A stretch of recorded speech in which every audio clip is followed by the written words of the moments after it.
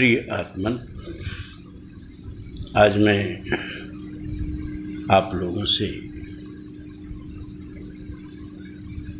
महाभारत की एक घटना, एक प्रकरण पर बातचीत करना चाहता हूँ और उसकी तुलना आज के परिवेश से करना चाहता हूँ। यह चर्चा है दानवीर कर्ण के विषय में। डॉक्टर रामधारी सिंह दिनकर ने एक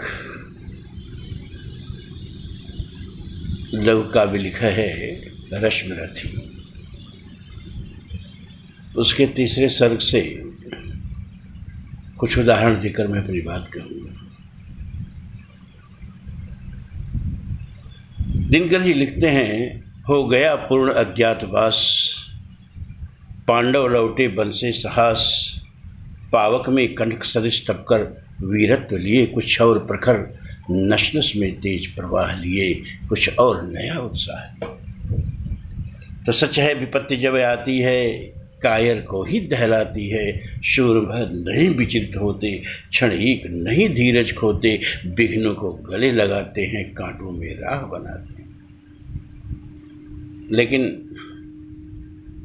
अब उन सबों को न्याय दिलाने के लिए भगवान पांडवों का संदेशा लेकर के दुर्योधन के पास आते हैं और कहते हैं कि दो न्याय अगर तो आधा दो, पर उसमें भी यदि बाधा हो तो दे दो केवल 5 ग्राम, रखो अपनी धरती तमाम, हम वही खुशी से खाएंगे, परिजन पर अश्रु उठाएंगे।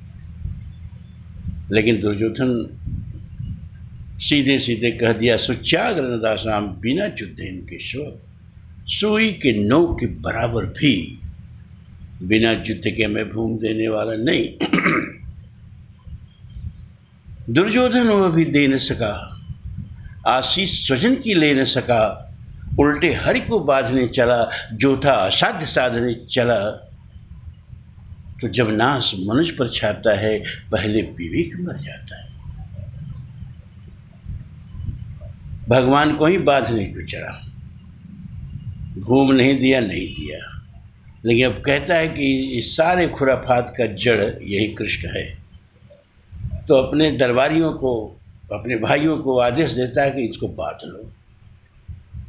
भगवान ने देखा कि ये सब रस्सी डंडा लेके दौड़ रहे हैं, तो अब तो कुछ अपना प्रभुत्व दिखाना पड़ेगा, नहीं तो ये सब तो मुझे सचमुच बांध लेंगे। तो हरि ने भीषण हुंकार किया, अपना स्वरूप विस्तार किया, डगमग डगमग दिग्गज डोले, भगवान को पिता होकर बोले, हाँ हाँ दुर्योधन बांध मुझे, जंजीर चाह कर साध मुझे, बांधने मुझे तो आया है, जंजीर बड़ी क्या लाया है, अरे जो सोनी को साध सकता है, मुझे बांध कब सकता है। यह देख गगन मुझ में लय है, यह देख पवन मुझ में लय है, संसार झूलता है मुझ में, अमृत खोलता है मुझ में, पड़ जाती मेरी दृष्टि जिधर, हंस पड़ती है सृष्टि उधर, मैं जब ही बोलता हूँ लोचन छा जाता चारों ओर मर। गत्ता और अनागत काल देख, पद के नीचे पाताल देख, मुट्ठी में तीनों काल देख, मेरा स्वरूप विकराल देख, सब जन मुझी से पाते हैं, फिर लौट मुझी में आते। उदयाचल मेरा दीप्त भाल, भूमंडल वक्षस्थल विशाल, भुज परिध बंध को घेरे हैं, मैनाक मेरु पग मेरे हैं, दीप्ते हैं जो नक्षत्र निकल, सब है मेरे मुख के अंदर। दृश्य है तो दृश्य, दृग है तो दृश्य खांड देख, मुझ में सारा ब्रह्मांड देख। चर अचर जीव, छर अक्षर नश्वर, मनुष्य जात अमर, सतकोट सूर्य, सतकोट चंद्र, सतकोट सरिसर सिंधु मंद्र, सतकोट विष्णु ब्रह्मा महेश, सतकोट जिष्णु जलपद धनेश, सतकोट रुद्र, सतकोट काल, सतकोट तंत्र लोकपाल, जंजीर चढ़ाकर साधिने, हाँ हाँ दुर्योधन बांधने। तो हित वचन नहीं तूने माना, मैत्री का मूल्य न पहचाना, तो ले मैं भी अब चाहता हूँ, अंतिम संकल्प सुनाता हूँ कि याचना नहीं और रण होगा, जीवन जया कि मरण होगा। टकराएंगे नक्षत्र निखर, बरसेगी ऊपर वहनी पकड़, फलशेष नाग का डोलेगा, विकराल काल मुंह खोलेगा, दुर्योधन रण ऐसा होगा, फिर नहीं कभी जैसा होगा। भाई पर भाई टूटेंगे, विषबाण बुंद सम छूटेंगे, वाय श्रृगाल सुख लूटेंगे, सौभाग्य मनुष्य के फूटेंगे, और अंत में तू भूसाई होगा, हिंसा का परदाई होगा। तो भगवान सभा को छोड़ चले, करके रण गर्जन घोर चले, सामने कर्ण सकचाया सा, आ मिला चकित भरमाया सा, हरि बड़े प्रेम से कर धर के ले चले उसे अपने रथ। तो रथ चला, परस्पर बात चली, समदम की टेढ़ी घात चली, हरि ने बेबस होकर कहा हाय, अब नहीं शेष कोई उपाय, अब हमें विवश धन धरना है, क्षत्रिय समूह को मरना है। मैंने कितना कुछ कहा नहीं, व्यंग कहाँ तक सहा नहीं, पर दुर्योधन मतवाला है, कुछ नहीं समझने आला है, उसे चाहिए जय केवल, सारी धरती की मरण केवल। हे बंधु तुम ही बोलो वह काम, क्या वस्तु बड़ी थी 5 ग्राम। दुर्योधन वह भी दे न सका, आशीष स्वजन की ले न सका, मत गई मूड की मारी है। तो भगवान कर्ण से कहते हैं, कर्ण तेरे साथ क्या विडंबना है, भाग्य ने तेरे साथ क्या क्रूर खेल खेला है। अरे तू सूत पुत्र नहीं है, तू सूर्य पुत्र है, तू कुंती की कुक्ष का प्रथम लाल। कैसी विडंबना, क्या कराल, तू प्रथा कुक्ष का प्रथम लाल, बनसूत अनादर सहता है, कौरव के दल में रहता है, सर चाप उठाए 8 पर, भाई से लड़ने को तत्पर। अरे तू पांडवों का सूदर भ्राता है। तो अब एक काम करो कि अपने भाइयों की तरफ आ जाओ, और जिस राज्य के लिए दोनों तरफ से ये 18 छौड़ी सेनाएं मरने मारने को तैयार है ना, वो राज्य मैं तुम्हारे चरणों पर अर्पित करता हूँ, कुर्राज समर्पित करता हूँ, साम्राज्य समर्पित करता हूँ, यश मुकुट मान सिंहासन ले, बस एक भीख मुझको दे दे कि दुर्योधन को तज रण रोक सके, भूखा हर भावी सोख सके। कितना बड़ा लालच भगवान ने दिया। करी कर्ण भीम तुम्हें परित्राण पहनाएगा, युधिष्ठिर चवर डुलाएंगे, अर्जुन तुम्हारे अंगरक्षक बनेंगे, नकुल सहदेव तुम्हारे सेवक बनेंगे, मैं तुम्हारा रथ हाँकूंगा, द्रौपदी तुम्हारे वामांग में बैठेगी, धौम ऋषि रोज तुम्हारा स्वस्ति वाचन करेंगे। आ जाओ, अब अपने भाइयों की तरफ आ जाओ। हाँ, आजकल के जो हमारे प्रतिनिधि जाते हैं, और प्रतिनिधियों को अकेले दोष मत देना। कौओं का नेता कभी हंस नहीं हो सकता, बेईमानों का नेता कभी ईमानदार नहीं हो सकता, और ईमानदार का नेता कभी बेईमान नहीं हो सकता। ये जितने भी नेता बेईमान हैं ना, ये सब हमारे प्रतिबिंब हैं, ये सब हमारी असलियत है। हम बेईमान हैं, हम भ्रष्ट हैं, हम चरित्रहीन हैं, इसलिए हमारे सारे राजनीतिक बेईमान भ्रष्ट चल रहे हैं। दोष राजनीतिज्ञों को मत देना। पानी के मथने से फेन निकलेगा, दूध मथा जाएगा तब जाके मक्खन निकलेगा। ये जो जनता को मत करके ये जो आपकी न्यायपालिका, कार्यपालिका, विधायिका सब जा रही है, और जब बोलते हो कि इसमें इतने प्रतिशत अपराधी गए हैं, कहाँ से गए हैं, किसने चुन के भेजा है? इन अपराधियों को, इन मानसिक आपराधिक मानसिकता वाली जनता ने चुन के भेजा है। तो अगर इन विधायकों को इस तरह का लालच दी जाती तो क्या होता? सुबह को और कुछ, शाम को और कुछ, धूप में और कुछ, छाँव में और कुछ, हमने देखे जो ये रंग इंसान के, हमको अपने पे ही शर्मिंदगी आ गई। देखकर वक्त का यह अजब फैसला, हमको रोते हुए भी हंसी आ गई कि एक मोमबत्ती भी जिनसे नहीं जल सके, उनके हाथों में सब रोशनी आ गई। जिनकी खुशबू से कोई न पहचान थी, उनके घर फूल की पालकी आ गई। कर्ण को इतना बड़ा लालच भगवान ने दिया, को राज समर्पित करता हूँ, साम्राज्य। यश मुकुट मान सिंहासन ले, बस एक भीख मुझको दे दे कि दुर्योधन को तजरण रोक सके, भूखा हवा भी सोख सके। संसन कर्ण धीर हुआ, चढ़ेक तनिक गंभीर हुआ, बोला कि बड़ी यह माया है जो कुछ आपने बतलाया है, दिन मर से सुनकर यही कथा मैं भोग चुका हूँ ग्लानि बता।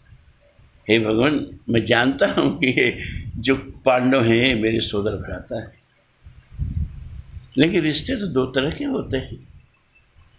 एक रिश्ता विश्वास का होता है, हृदय का होता है, और एक रिश्ता रक्त का होता है।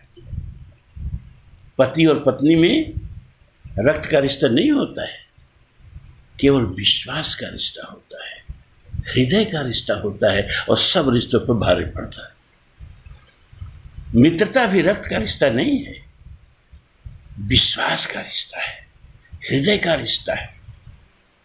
और आज मैं जाके कर्ण से कह दूं, दुर्योधन से कह दूं कि मेरे रक्त के रिश्ते का पता चल गया, अब हृदय का रिश्ता और ये विश्वास का रिश्ता मैं उस पर न्यौछावर करता हूं, जाके कह दो भगवान, अरे आप तो धर्म के अभ्युदय के लिए अवतार लिए हैं,